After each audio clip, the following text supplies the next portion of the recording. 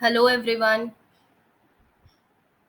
I welcome you all to my YouTube channel Law Didactics. So this is my first video and I'm going to start criminal law, and before starting criminal law we must know some basics. Okay, that what are the offenses? What are the different types of offenses and how they are different? Okay, because if we are unable to distinguish between all the offenses, then it would be very difficult for us to know the criminal law. Okay, so there are certain types of offenses जो कि हम बाद में discuss करेंगे. आज जो मैं लेके आई हूँ that is cognizable and non cognizable offences. Okay, so इन दोनों ऑफेंसेस में क्या डिफरेंसेस हैं इन इंडिया, हम इन ऑफेंसेस के साथ कैसे डील करते हैं, ठीक है, इन्हें कैसे डिस्टिंग्विश करते हैं, ये सारी चीज़ें हम आज इस वीडियो में देखेंगे.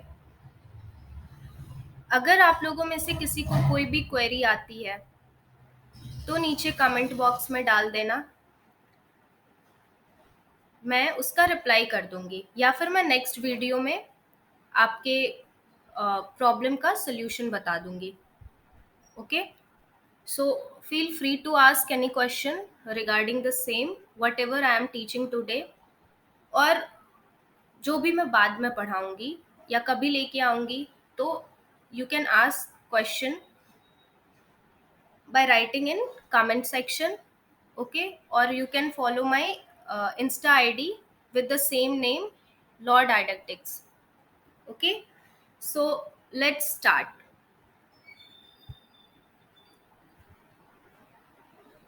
So classification of offenses, हम कैसे क्लासिफाई करेंगे कि ये ऑफेंस कौन सा है और ये ऑफेंस कौन सा है, ठीक है. तो इसका सबसे इजी तरीका है कि उसका नेचर क्या है और ग्रेविटी क्या है, ठीक है. किसी भी ऑफेंस की ग्रेविटी क्या है उसके रिगार्डिंग हम बताते हैं कि ये ऑफेंस कौन सा ऑफेंस है, वेदर इट इज बेलेबल और non bailable, whether it is cognizable and non cognizable offence, whether it is compoundable और नॉन कंपाउंडेबल ऑफेंस, ठीक है. और ये सारे ऑफेंसेस ऐसे हैं जिनकी डेफिनेशन, जिनके बीच में क्लासिफिकेशन डिफरेंसेस आपको आने ही आने चाहिए. As far as competitive exams are concerned, as far as semester exams are concerned, okay, ये सारे क्वेश्चंस हैंडी आते हैं whether in your interview, interviewing officer directly ask from you what are the differences between cognizable offense and non cognizable offense, or they may simply ask define cognizable offense, define non cognizable offense, what is bailable and non bailable offense, and candidate gets confused because at that time जो भी candidate वहां पे सामने में बैठा रहता है उसके सर पे बहुत प्रेशर रहता है. ओके, कि क्या क्वेश्चन आ जाए, क्या पूछ लिया जाए. So at that point of time अगर कोई कैंडिडेट बहुत कॉन्फिडेंट भी है तो कुछ सेकंड के लिए वो सोच में पड़ जाता है that how to respond to this question. Okay, तो ये सारी ऐसी ऑफेंसेस हैं जिनके बीच में आपको डिफरेंसेस जो क्या होती है वो इनिशियल स्टेज से ही पता होनी चाहिए. जब आप अपना लॉ स्कूल स्टार्ट करते हो ना, तो from the very first semester you must be knowing regarding all these. Okay, because IPC आपकी फर्स्ट सेमेस्टर में होगी, वहां पे आपको बहुत सारे ऑफेंसेस पढ़ाए जाएंगे. So you must be knowing whatever you are studying, like हम मर्डर पढ़ रहे हैं.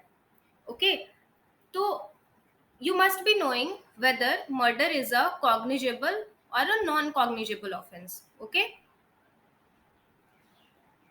तो यही सोच के, to clear your basics, most of you are knowing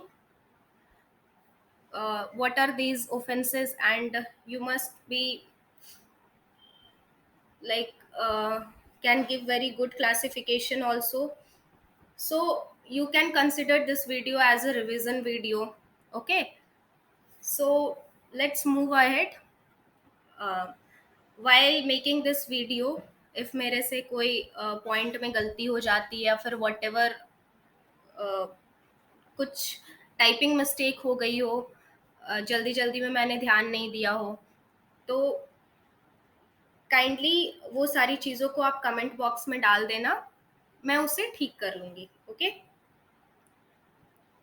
now किस बेसिस पे हम क्लासिफाई करेंगे? ठीक है, तो हम क्लासिफाई करेंगे कि वो ऑफेंस कितना सीरियस है. ठीक है, उसकी ऑफेंस, वो जो ऑफेंस पर्टिकुलर किसी ने कमिट करा है, उसकी पनिशमेंट कितनी है, उस बेसिस पे हम क्लासिफाई करेंगे वेदर इट इज कॉग्निजेबल और non cognizable offence. Serious offenses are those that are punishable with an imprisonment of not less than 3 years and are therefore considered as cognizable offenses. Okay? ऐसे serious offences जिनकी सजा 3 साल से कम नहीं होनी चाहिए, उसे हम कॉग्निजेबल ऑफेंस कंसिडर करेंगे. एंड फॉर नॉन कॉग्निजेबल, जिसकी सजा 3 साल से कम हो.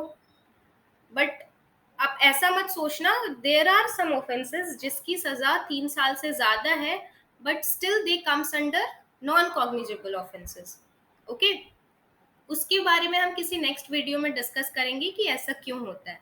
अभी बस हम यहाँ पे डिफरेंस जान रहे हैं कि कॉग्निजेबल क्या है और नॉन कॉग्निजेबल क्या है. तो एक केस था state of West Bengal versus Swaran Kumar Guha and others. इसमें सुप्रीम कोर्ट ने कहा था, the Supreme Court held that the police cannot be handed over the complete discretion to decide the nature of the offense. To determine whether an offense is cognizable or not, principles of natural justice must be employed. That कि कोई भी particular crime commit हुआ, ये police की description पे नहीं है कि वो डिसाइड करे कि ये कॉग्निजेबल है या नॉन कॉग्निजेबल है. पुलिस के पास इसके रिगार्डिंग कोई पार नहीं है. ये कौन से केस में डिसाइड हुआ था? State of West Bengal versus Swaran Kumar Guha and others. Let's move forward. So what is the meaning of cognizable and non cognizable offenses? A cognizable offense, from its very meaning, informs us that they are open to investigation, that is, can be explored and known about by the police without a prior court order. Which means एक cognizable offense ऐसा offense होता है जो investigation के लिए open होता है. Like generally police के पास पार नहीं होती कि वो डायरेक्टली जाके इन्वेस्टिगेट करे.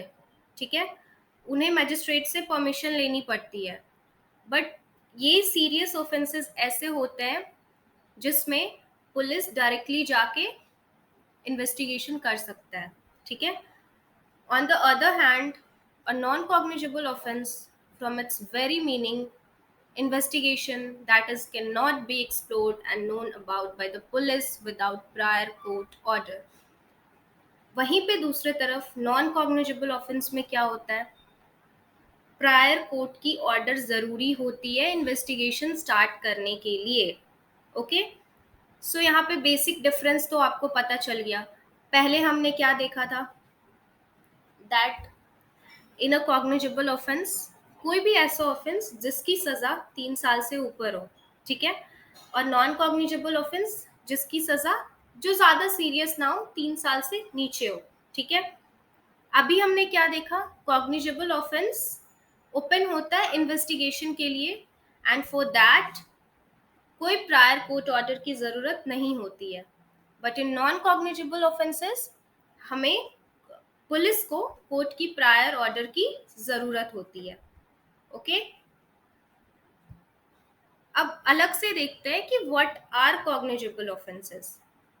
ठीक है, a cognizable offense is an offense in which the police officer, as per the first schedule or under any law for the time being in force, can arrest the convict without a warrant, which comes under section 41, and can start an investigation without the permission of the court. So I would suggest कि जब भी आप कोई भी law पढ़ रहे हो, आपके पास बेयर एक्ट होनी चाहिए। ओके, रीजन बीइंग कि एक तरीका होता है बेयर एक्ट पढ़ने का, एंड वो आपको सीखनी पड़ेगी। वो कोई नॉर्मल बुक नहीं होती है जिसको आप रैंडमली ऐसे रीड कर सकते हो, उसे समझना होता है।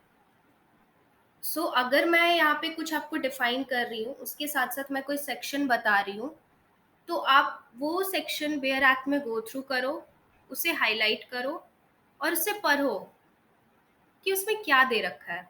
ओके, जैसे यहाँ पे police can arrest the convict without a warrant, there is a section given, that is section 41। Okay, तो आप ये सेक्शन 41 अपने बेयर एक्ट में खोल के देखोगे। ऐसे पढ़ाई नहीं होती कि सामने में कोई बता रहा है, आप पढ़ लिए, चलो ठीक है, कुछ टाइम के लिए वो आपके माइंड में रहेगा, बट फिर आप भूल जाओगे। बट द थिंग इज, जब आप खुद से बेयर एक्ट खोल के वो सेक्शन 41 रीड करोगे, वो हाईलाइट करोगे, तो वो ज़्यादा टाइम तक आपके माइंड में रहेगी। और फिर अगर आप फर्दर केसेस पढ़ रहे हो, ओके, अगर आप लॉ स्कूल में हो, केसेस पढ़ोगे, वहाँ पे ऑफेंसेस को क्लासिफाई किया रहा होगा। कोई पर्टिकुलर आप ऑफेंस पढ़ रहे हो, तो वहाँ पे रहेगा कि वेदर इट इज कॉग्निजेबल और नॉन कॉग्निजेबल। तो इफ कॉग्निजेबल है तो वहाँ पे विदाउट वारंट के भी अरेस्ट कर सकते हैं, तो सेक्शन 41 आएगा, क्योंकि आपने ये पहले पढ़ रखा है। ओके, तो भाई आपके दिमाग में तो ऐसे ही ये स्ट्राइक करेगा ना कि आपने ये पढ़ रखा है, तो वो आपकी कॉन्टिन्यूस फिर रिवीजन होती रहेगी। यहाँ पे अगर मैंने बता दिया, आपने अपने बुक में खोल के नहीं देखा, तो फिर वो आपके माइंड में ज़्यादा टाइम तक नहीं रह सकती है। फिर आप ये देख लो, ये वीडियो आप 2-3 बार देख लो, तो उससे रिवीजन, जो रिटेंशन पावर आपकी होगी ना, वो ज़्यादा टाइम तक के लिए रहेगी। ठीक है, और एफआईआर जो होता है ना, कॉग्निजेबल ऑफेंस का जो स्टेजेस होता है, जो प्रोसीजर स्टार्ट होता है, वो एफआईआर से शुरू होता है। तो जो फर्स्ट स्टेप होती है ना कॉग्निजेबल ऑफेंस की प्रोसीजर की, that is FIR. Okay, The FIR is registered only in cognizable offences. FIR सिर्फ cognizable offences में रजिस्टर की जाती है, नॉन कॉग्निजेबल में FIR रजिस्टर्ड नहीं होती है। ठीक है, highlight this point.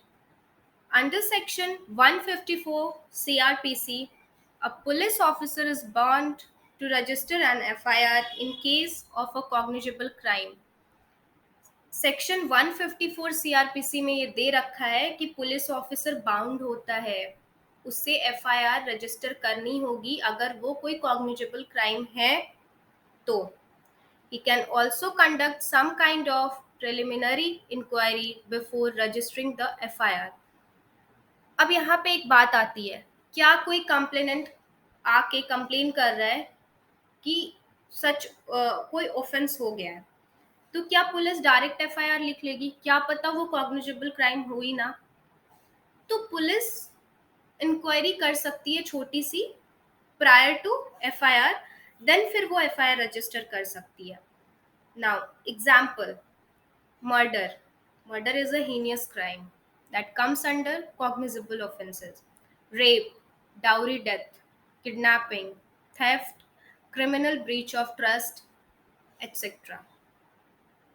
So what you will do now, अगर आपके पास आईपीसी की बेयर एक्ट होगी, आप इन सारे ऑफेंसेस के सेक्शन नंबर देख के नोट डाउन कर लेना और हाईलाइट कर लेना, क्योंकि ये ऐसे ऑफेंसेस हैं आईपीसी में जो कि बहुत इम्पॉर्टेंट है।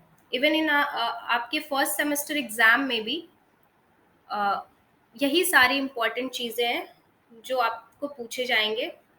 तो इनके सेक्शंस और रिलेटेबल सेक्शंस आपको पता होने चाहिए।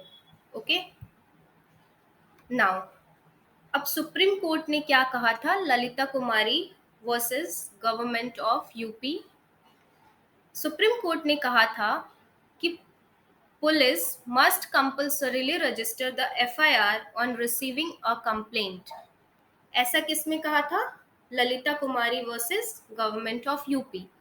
सो मैं यहाँ पे केसेस साइट क्यों कर रही हूँ? What is the reason behind this? देखो, जब भी आप आंसर राइटिंग करते हो ना, weather in your semester exams और इन योर कॉम्पिटिटिव एग्जाम्स, अगर आप कोई बात कह रहे हो तो उसका सोर्स क्या है, वो कहाँ से आया, ये आपको शो करना होता है। ठीक है, बातों बातों में बहुत लोग ऐसा जानते हैं कि हाँ ये हीनियस क्राइम है, इसके लिए एफआईआर मैंडेटरी है, बट कोई नॉर्मल इंसान ये नहीं जानता है कि इसकी सोर्स कहाँ से, कौन से केस से ये आई है। तो आपको स्टैंड आउट करना है क्योंकि आप लॉ पढ़ रहे हो। ओके, तो कोई भी क्वेश्चन का आंसर आप कभी भी लिखोगे, आप जितने केसेस उसमें साइट कर रहे हो, जितने सेक्शंस स्टैट्यूट्स उसमें आप यूज कर रहे हो, वो आपके मार्क्स उतने इंक्रीज करते हैं। तो whatever case I am including here, okay, all those cases are very much important. Okay, now next, it is the duty of the officer in charge of the police station to register an FIR when an investigation under section 156 clause 3 of CRPC is directed by the magistrate. ये officer in charge की duty होती है FIR register करने के लिए। Okay, even when the magistrate explicitly does not से सो। ठीक है, और इन्वेस्टिगेशन जो कि अंडर 156 क्लॉज 3 में है, जो डायरेक्ट किया जाता है बाय द मैजिस्ट्रेट, बट ये चीजें मैजिस्ट्रेट एक्सप्लिसिटली नहीं बोलता है, दोज आर इम्प्लाइड। ओके, और ये किस में हेल्ड हुआ था? मोहम्मद यूसुफ वर्सेस अफाक जहान, जो कि 2006 की केस है। ओके, अगर आप बहुत डीप में पढ़ना चाहते हो तो जो भी केसेस मैं साइट कर रही हूँ, एक बार उसे गूगल करना, उसके फैक्ट्स देखना, जजमेंट में क्या आया था, क्या क्या गाइडलाइंस आई थी, वो सारी चीज़ें आप नोट डाउन कर सकते हो। बट यहाँ पे बात ये है ना कि मैं नॉर्मली बस डिफरेंस बता रही हूँ। तो कभी अगर ये 10 मार्क का क्वेश्चन में आपके सेमेस्टर एग्जाम्स में आ जाते हैं तो इतना that is enough, you can write this much only, and आप बहुत अच्छे मार्क्स गेन कर सकते हो फिर। Okay, now let's move to non-cognizable offenses. What are non-cognizable offenses? A non-cognizable offense is the offense listed under the first schedule of IPC and is bailable in nature. तो all those offenses जो कि first schedule of IPC में list करी गई है, दी गई है, वो क्या होगी? नॉन कॉग्निजेबल ऑफेंस, और इसमें आपको बेल मिलती है। What is bail? Bail is the matter of right. Okay, कोई भी अक्यूज्ड है, उसका राइट है कि उसे बेल मिलेगी। ओके, और non cognizable, those are very less serious crime, तो वहां पे बेल आपको as a matter of right दी जाती है। ठीक है, in the case of non cognizable offense, the police cannot arrest the accused without warrant, as well as cannot start an investigation without the permission of the court. So what we have seen, यहाँ पे totally opposite है cognizable offences के। वहां पे investigation start कर सकती थी, यहाँ पे police has no right to start an investigation. Okay, और ना तो पुलिस अरेस्ट कर सकती है बिना वारंट के, बट कॉग्निजेबल में क्या था? पुलिस अरेस्ट कर सकती है। In this type of crime, a criminal complaint is lodged with the Metropolitan Magistrate, who is supposed to order the concerned police station to initiate an investigation. यहाँ पे magistrate आपको order देगी investigation start करने के लिए। ठीक है, the police officer is suppose to file the charge sheet with the court which is followed by a trial. Police officer charge sheet file करेगी, उसके बाद ट्रायल होगा। After the trial, if the accused is found guilty, trial के बाद अगर accused को guilty पाया जाता है, then the court passes the order to issue the warrant to arrest the accused. उसके बाद कोर्ट ऑर्डर पास करेगी, ठीक है, वारंट इशू करेगी टू अरेस्ट द अक्यूज्ड। अब नॉन कॉग्निजेबल ऑफेंसेस के क्या एग्जाम्पल है? Assault, cheating, forgery, etcetera. ठीक है। अब यहाँ पे हमारे पास एक केस आता है। अब क्या होगा जब एक केस में both cognizable and non cognizable offence हो? तो इसमें क्या होता है? According to section 155 clause 4 of the CrPC, when two or more offences are there in a case of which at least one is of cognizable nature and the other of non-cognizable nature, then the entire case has to be dealt with a cognizable case, and the investigating officer will have all the powers and authority as he has in investigating a cognizable crime.